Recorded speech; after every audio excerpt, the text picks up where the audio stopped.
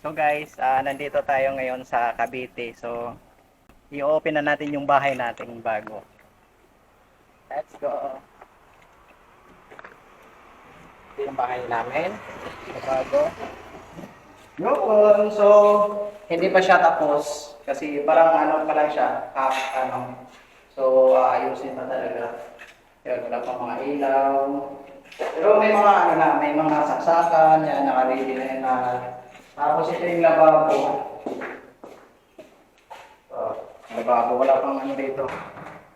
Wala pang ano kasi. Tapos ito naman yung CR. CR yan, naka-ready na yan. Wala pang tubig. Tapos pwede mo palagay dito ng shower. Shower to shower, Ovaltine. So ngayon, dito naman sa labas. Yan, ito yung okay na. Dito naman sa labas, extension. Ito yung extension.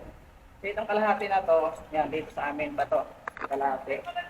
So, pwedeng bakuran. Ito talaga yung ano yung pang parking ng ano, para sa kotse. Kung may kotse ka, yan. Pero motor lang. wala kaming kotse. Motor lang. Gagawin natin ano yan, dirty kitchen. Pag may pera na, yan, pabakuran natin yan. So, dito naman tayo sa may second floor. At yan tayo sa taas. Bakal lang yung ano natin. Second floor. Dito ano.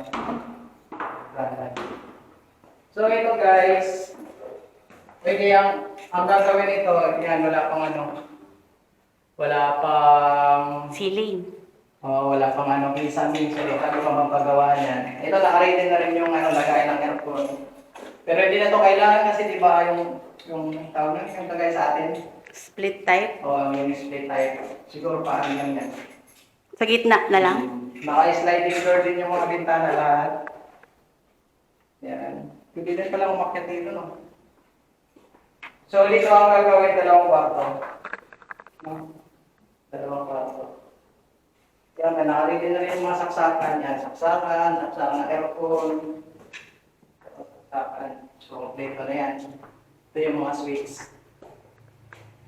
So, marami pa ang gagawin dito. Ang gagawin. Yan lang.